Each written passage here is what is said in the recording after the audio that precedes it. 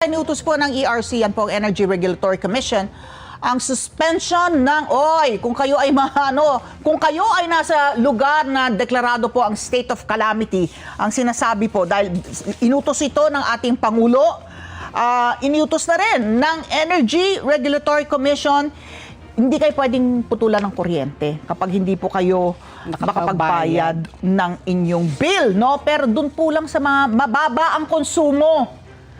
Sa direktiba ng ERC, inutusan ng lahat ng power distribution utilities po na suspendin ang disconnection. Hindi kayo pwedeng biglang nakakakuha. Kung bakit ang bilis magpadala ng notice of disconnection ng Meralco?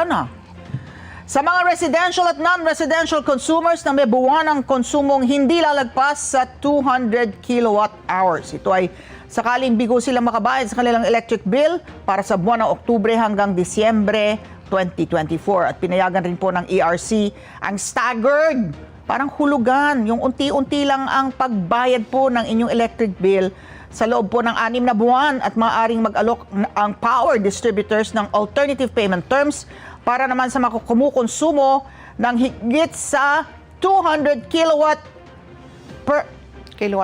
hours Kada per buwan. month. Ayan. Let's get together. Sunday 25.